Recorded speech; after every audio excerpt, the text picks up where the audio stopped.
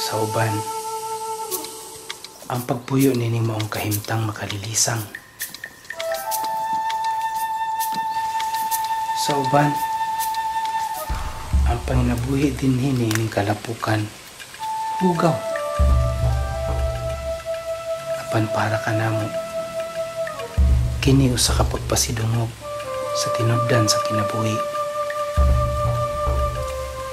Ubulahan kami, ka nakaangkon, o giyano nga panginabuhi.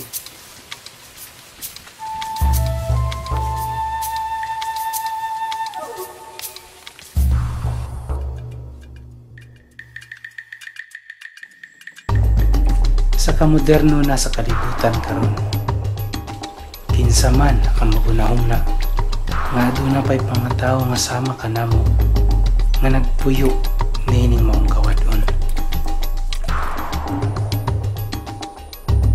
Apan bisan wala ninyo mamatikdi, dinhi niining kalapukan giandam ang atong mga pagkaon.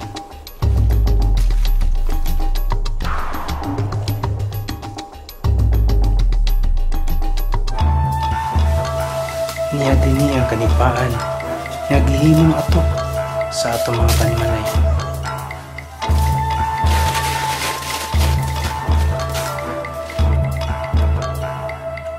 Dinhi midagko midaghan ang mga mahalon nga pagkaon na pipila lamang ang makapalit.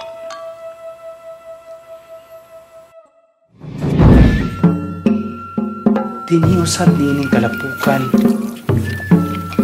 mitubo o giani ang kahumayan nga maoy nagunang pagkaon sa matagtalad kananan.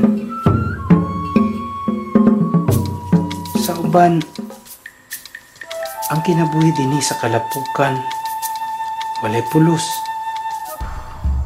Apan para kanamo kini usa ka hagit aron ang uban mabuhi ug moabot sa ilang tagsa-tagsa ka paingnan. Kini ang among kinabuhi. Kini ang among sugilanon.